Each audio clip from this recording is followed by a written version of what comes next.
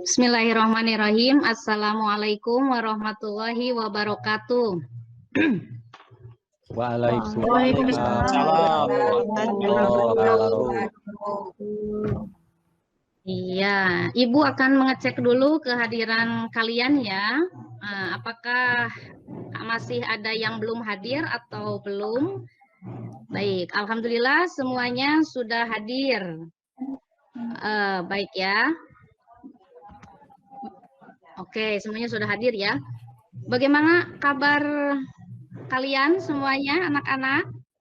Alhamdulillah sehat. Alhamdulillah sehat, Bu. Iya, alhamdulillah ya. Untuk itu marilah Sehat, kita sebelum mengawali pembelajaran, mari kita sama-sama berdoa di dalam hati masing-masing. Berdoa dimulai. Bismillah. Selesai? Ya. Ibu, alhamdulillah kalau kalian semuanya sehat, ya Ibu ingatkan untuk selalu menjaga kesehatan, serta tetap mematuhi protokol kesehatan dimanapun kalian berada. Ibu sudah share screen PowerPoint nih anak-anak ya, sudah terlihatkah di layar kalian? Sudah, Bu. Terlihat. Ada, Bu. Baik. Materi kita pada pembelajaran ini tentang karya tulis ilmiah ya. Dengan kompetensi dasar yaitu menganalisis sistematika dan kebahasaan karya ilmiah dan mengonstruksi sebuah karya ilmiah dengan memerhatikan isi sistematika dan kebahasaan. Untuk mengefektifkan waktu, kita akan membahas per KD, yaitu pada KD 315 dulu ya, menganalisis sistematika dan kebahasaan karya ilmiah. Dengan tujuan peserta didik dapat menganalisis sistematika dan kebahasaan karya ilmiah, tentunya dengan cermat, tepat, dan jelas. Adapun model pembelajaran yang Ibu gunakan pada pembelajaran kali ini yaitu menggunakan pembelajaran discovery learning dengan pemanfaatan media PowerPoint, aplikasi Google Meet, serta platform Google Formulir atau Google Form. Kemudian ya, kita menginjak pada materi. Apakah itu sistematika atau kebahasaan karya ilmiah? Ya, mungkin kalian pernah mendengar atau pernah membaca ya sebuah karya ilmiah. Tentunya membuat karya ilmiah itu dengan mengikuti prosedur sistematika yang tepat.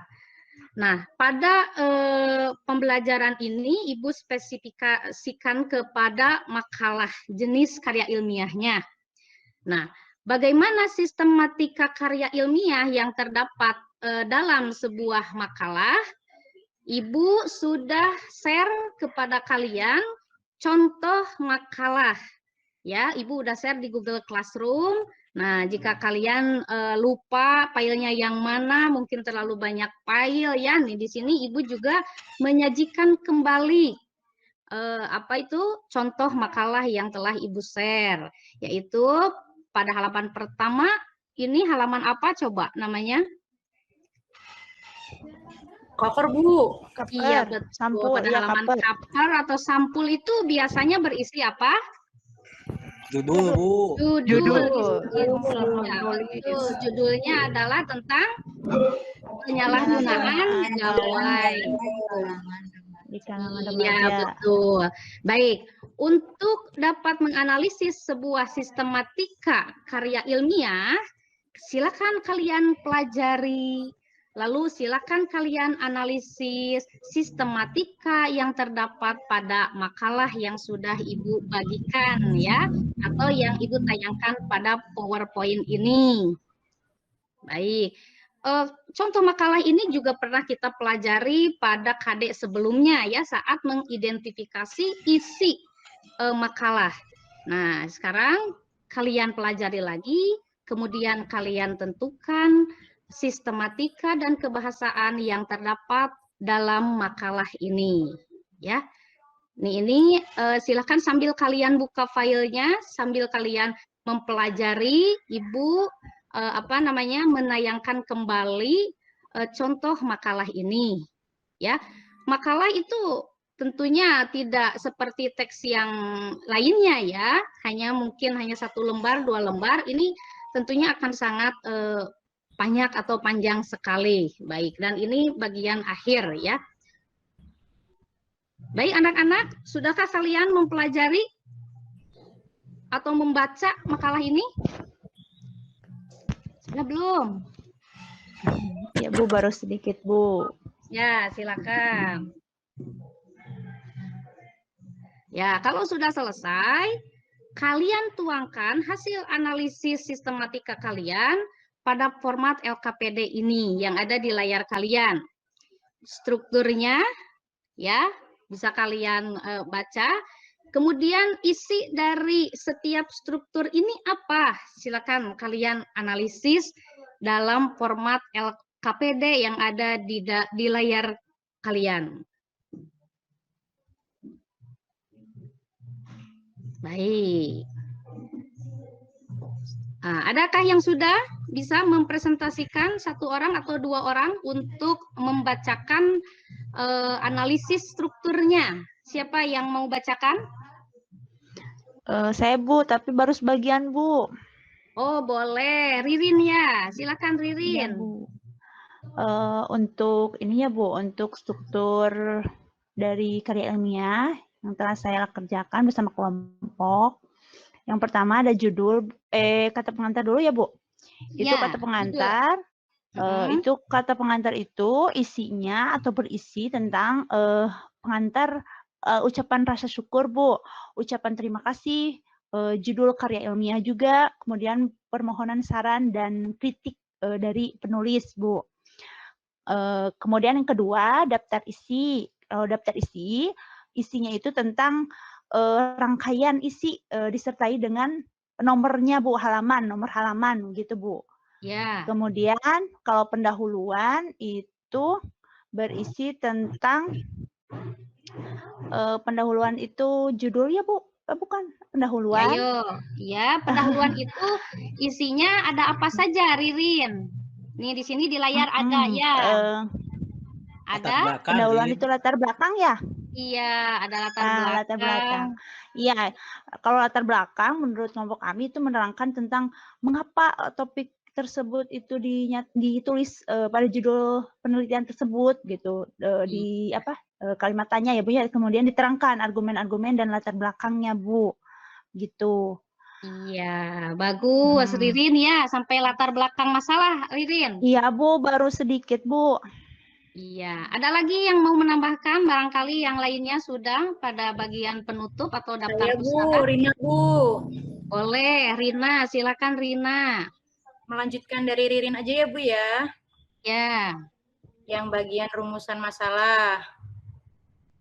Tuh. Rumusan masalah isinya adalah rumusan persoalan yang perlu dipecahkan atau berisi pertanyaan yang perlu dijawab.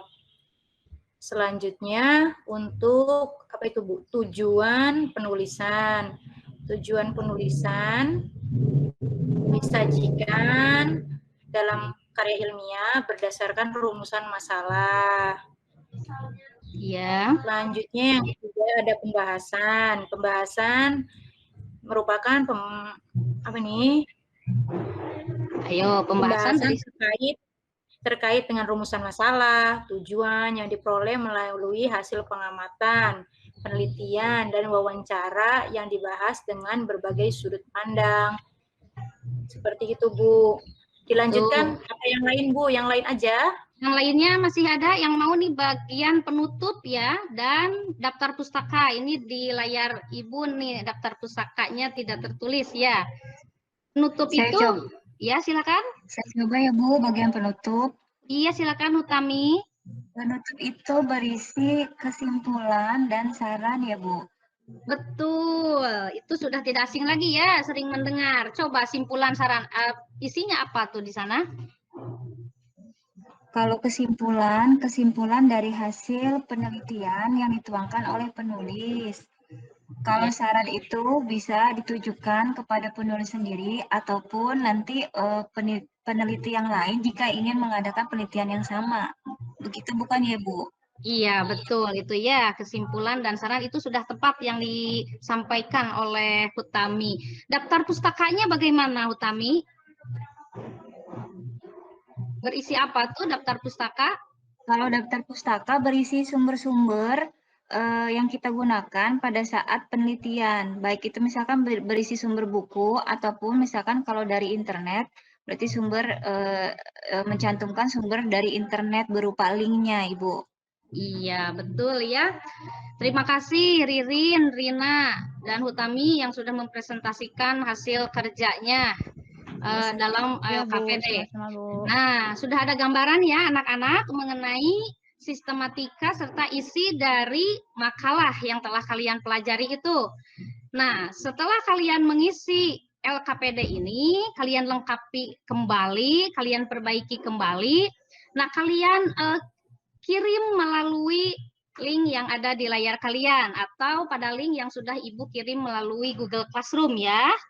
Nah, itu jangan sampai tidak dikirim, tinggal upload filenya. Baik, kita buktikan pernyataan dari Ririn, Rina, dan Hutami mengenai sistematika karya tulis ilmiah. Ya, bisa kalian lihat ya. Nah, ini sudah tepat nih sebagian. Ada yang terlewat tuh, bagian isi itu berisi kerangka teori dan metodologi ya. Jadi sistematika karya tulis ilmiah itu betul terdiri atas dua bagian besar nih. Yang pertama bagian tubuh dan yang kedua itu bagian pelengkap. Bagian tubuh ini berisi pendahuluan. Di antaranya berisi juga latar belakang, rumusan masalah, tujuan dan manfaat ya. Kemudian bagian kedua dari bagian tubuh adalah isi. Isi ini berisi kerangka teori, metodologi penelitian, metode yang digunakan dalam melakukan penelitian, serta pembahasan. Kemudian yang ketiga adalah penutup. Penutup ini berisi kesimpulan dan saran. Bagaimana dengan bagian pelengkap? Nah, ini adalah bagian-bagian yang melengkapi karya ilmiah atau makalah. Di antaranya judul yang terletak pada halaman awal atau cover atau sampul tadi ya. Kemudian kata pengantar, daftar isi, dan daftar pustaka. Betul ya apa yang disampaikan? Silakan tinggal kalian kerjakan kembali LKPD-nya dan kalian upload melalui link yang sudah Ibu kirimkan. Baik, sebelum melanjutkan ke kaidah kebahasaan, apakah ada pertanyaan? Anak-anak? Tidak, Bu. Sudah, Bu. Tidak ada, Bu. Ya, baik. Ibu. Kalau begitu kita lanjut ke kebahasaan karya ilmiah. Apa yang ada di kebahasaan apa yang ada di dalam karya ilmiah itu tentunya sangat banyak ya. Ya, intinya pada kebahasaan karya ilmiah ini ya menggunakan kata baku dan ejaan yang sesuai dengan kaidah bahasa Indonesia. Kemudian yang kedua menggunakan kalimat efektif. Nah, apa sih kata baku? Apa itu kata tidak baku? Itu sebetulnya sering kalian itu mengucapkannya ya, itu sering terjadi kesalahan pengucapan ya. Nah, ini Ibu tampilkan beberapa kata yang sering terjadi miskonsepsi dalam pelafalan atau penulisan. Yang pertama misalnya nih apa itu? Analisa. Itu tidak baku ya anak-anak ya. Yang bakunya adalah analisis. Atmosfer tuh kan sering kita mendengar atau mengucapkan atmosfer, padahal yang bakunya adalah atmosfer. Begitu dengan ekstrim, padahal yang bakunya itu adalah ekstrem. Ya, dan seterusnya masih banyak, sangat banyak bahkan ya. Kemudian mengenai ejaan. Nih, ejaan ini menyangkut penggunaan huruf ya, huruf kapital, huruf kecil, ditebalkan, dimiringkan, dan sebagainya. Kemudian penggunaan tanda baca, serta penulisan kata. Berarti tadi berkaitan juga dengan kata baku ya, dan tidak baku itu. Nah, yang ketiga adalah kalimat efektif tadi ya. Kalimat efektif ini, nih Ibu berikan contohnya nih. kalimat efektif dan tidak efektif, kalian langsung saja kepada contohnya. Kalau kita berbicara teori, mungkin kalian juga akan kasih kebingungan ya mengenai teori. Nanti bisa kalian upload nih pada bisa kalian unduh pada link yang sudah Ibu sediakan. Ini mengenai ejaan, kata baku, beserta kalimat efektif dan tidak efektif. Ini sudah ada pada link ini, jadi materinya sudah bisa kalian unduh. Nah, kita kembali lagi ke contoh nih. Coba dibandingkan perbedaannya antara kalimat efektif dan tidak efektif pada contoh yang ada di layar kalian. Siapa yang mau bacakan nomor 1? Saya, Bu, boleh? Kan, boleh. Unang dulu ya. Iya, Bu. Silakan Ya, Unang. Bu. Para siswa-siswa dimohon maju ke depan. Itu kalimat tidak efektif. Kalimat Iya. efektifnya, para siswa dimohon maju. Itu. Betul. Menurut Unang nih, kalimat yang tidak efektif ini kenapa dikatakan tidak efektif? Waktunya 5 menit Nah, lagi. kalau dia salah, siswa-siswa itu sudah menunjukkan banyak, Bu. Jadi para tidak usah Iya. digunakan lagi, kedua-duanya sama. Kemudian itu maju, Bu. Maju itu otomatis ke Iya. depan, tidak mungkin ke belakang, gitu, Bu. Betul, Unang Jadi, ya. ya, yang betul itu, ya para siswa dimohon maju. Itu mungkin, Bu, pendapat saya. Betul. Ayo yang kedua, siapa yang mau bacakan? Saya, Bu, boleh? Boleh, silakan. Andi datang di waktu ketika azan berkumandang. Itu kalimat tidak efektifnya, Bu. Kalimat Betul. efektifnya, Andi datang ketika azan berkumandang. Kenapa itu dikatakan tidak efektif? Kan itu, Bu, ada waktu, ada ketika. Ketika itu kan menunjukkan waktu juga, Bu. Betul. Ya, Wina ya, udah betul. Bagus. Siapa yang mau bacakan kalimat ketiga? Siapa? Silakan. Pika, ayo Pika. Ya, Iya. kalimat yang tidak efektifnya memasak suci di dapur ibu. Yang efektifnya suci memasak di dapur ibu. Iya. Kenapa dikatakan tidak efektif? Tidak efektifnya karena Susunannya di situ ya. kalau di kalimat tidak efektif, ya. Halo? Iya. Ya, Bu. Karena Susunannya tidak ya, sistematis. susunannya tidak tepat, Bu. Ya. Iya, Tidak sering ya kita mengatakan ini pada kalimat ketiga, apalagi kalau sedang terburu-buru dalam berbicara. Ya, baik, terima kasih Unang, Pika, dan Wina. Ya, sudah betul. Ini mengenai contoh kalimat efektif dan tidak efektif. Adapun materinya mengenai ejaan, kata baku, dan kalimat efektif dan tidak efektif. Sekali lagi bisa kalian unduh pada link yang ada di layar ini atau pada link yang sudah Ibu kirimkan di Google Formulir. Baik, terima kasih anak-anak ya. Sebelum mengakhiri pembelajaran, Ibu kirimkan link absen ya. Jadi yang hadir pada Google Meet ini silakan kalian mengisi absensi pada link yang ada di sini. Kemudian untuk mengukur pengetahuan kalian mengenai materi yang telah Ibu sampaikan, silakan kalian masuk pada link soal. Link soal ini, link soal berisi 10 soal pengetahuan berkaitan dengan struktur dan kebahasaan karya ilmiah. Begitu anak-anak ya. Terima kasih. Ada pertanyaan tidak?